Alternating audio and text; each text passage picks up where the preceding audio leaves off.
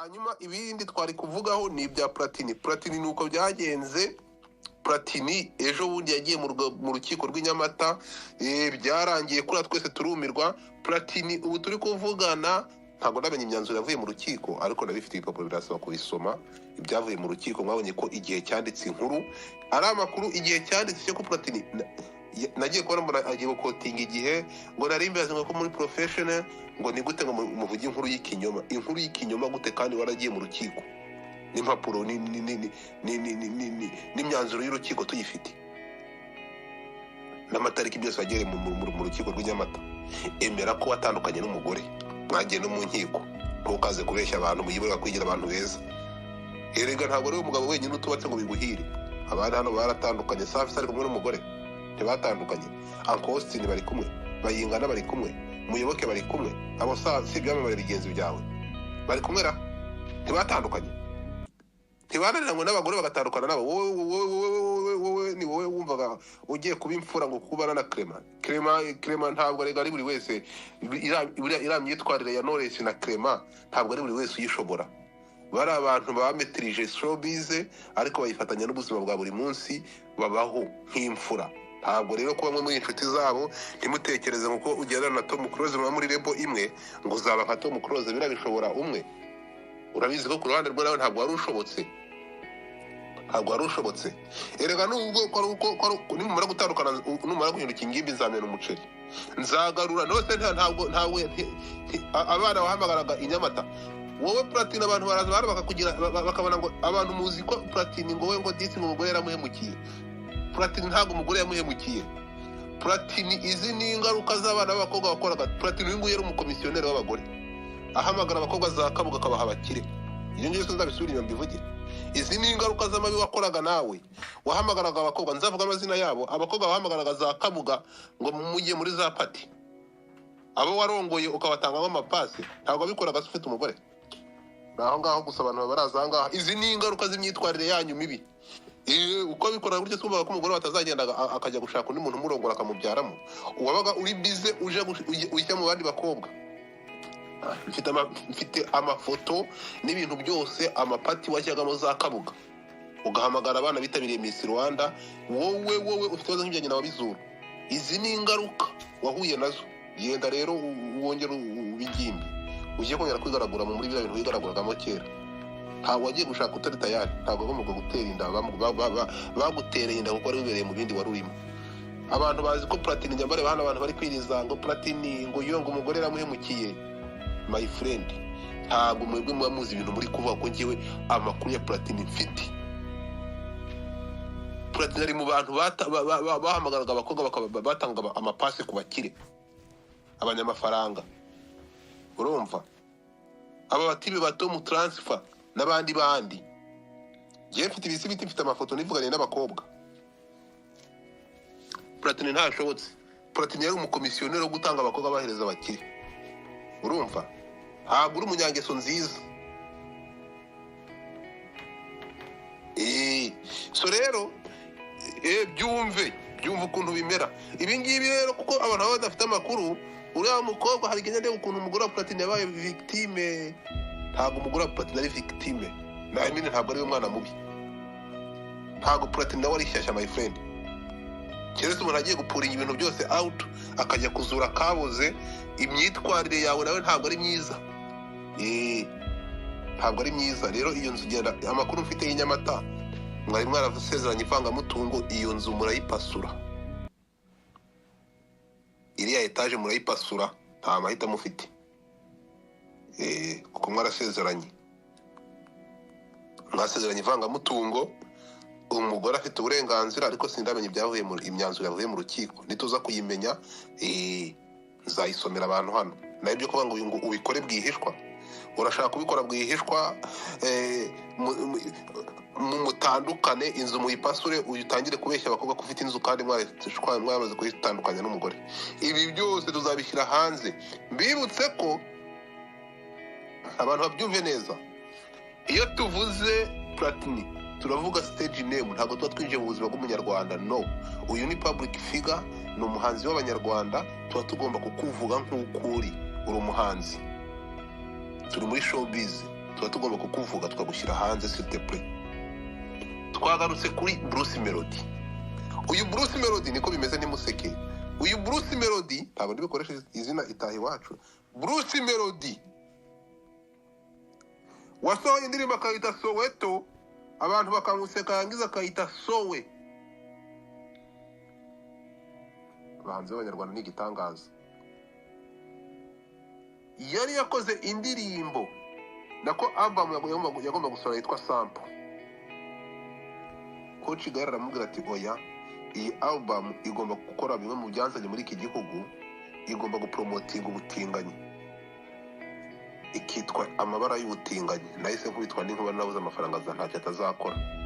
Album ya Bruce Melody yahise yagarikwa ntiyigisotse yitwa Sample, izasohoka yitwa amabara y'abatinganyi n'ukuri kw'Imana. Ibintu birababaje. Ibintu njya mbabwira ntimunyumve. Coach Gael nimuza kwitegereza kuva yagera mu gihugu, ibi bintu njya mbabwira igihe kizagera. Nimuze musubize amaso inyuma. Coach Gael yashyize imbaraga mu kumenyekanisha izina rye kurusha ukuntu yakora ibintu bimugarurira amafaranga. Coach Gael asohora amafaranga mu buryo bwose bwatuma amenyekana, akagaragara mu buryo bwo kugira ngo izina rye rikomere, abone uko promotinga ubutinganyi. Coach Gael ni umushumba, nta mafaranga agira. Ibi narabibabwiye.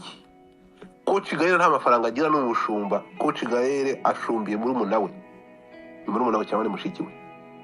Amafaranga Coach Gael akoresha na ya murumuna we warongowe n'umuzungu. Niyo mafaranga bakoresha. Coach Gael akoresha amafaranga y'ubutinganyi.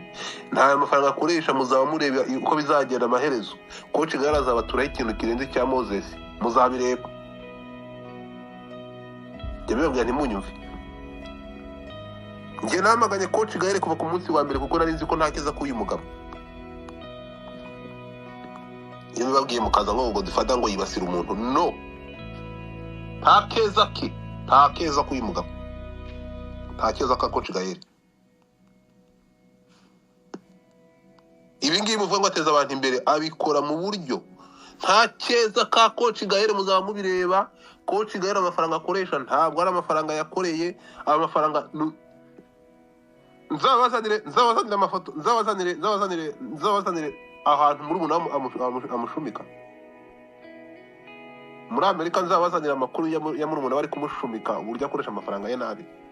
Ariko umuntu yaraje yigira umukire, abagira akasamutwe. Uyu nguyu ni umushumba.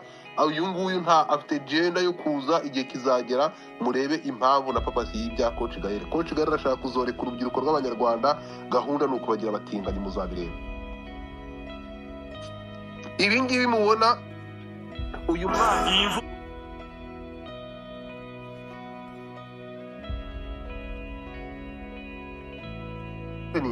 uyu Betray aho muri bukeje bundi aza akavuga ngo woretse uko wakize mu rwobo ntabwo uzashyiramo abandi nk'abantu. Ibi bintu birababaje kurenza uko mutekereza ko bibabaje. Dufite abantu bafite imigambi yo koreka urubyiruko mu buryo bumwe cyangwa ubundi. Reka mbumvisha aka kantu mwumve. Nimbabwira ko abahanzi bari kujya mu nzira iteye ubwoba, akaga mu kandi, reka nze mbumvisha akantu mwumve.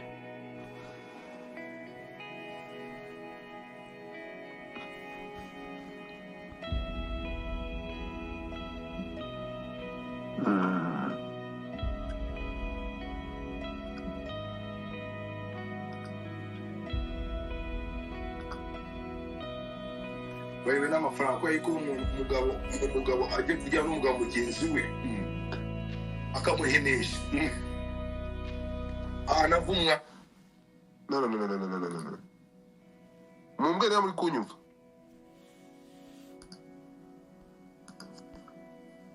Wewe n'amafaranga ko yiko umugabo ajye kujya n'umugabo mugenzi we akamuhenesha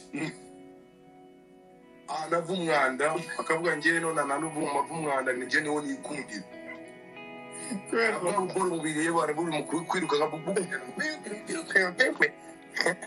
kwanda sibone kabi man ufite ajya bya nani emwe ufite imwe undi afite imwe cyangwa undi afite cyanwa abaniga ntibakura amafaranga ntibakura bagatunda ntibakura izo ngo upfa umwana cyoga kabisa the devil still alive.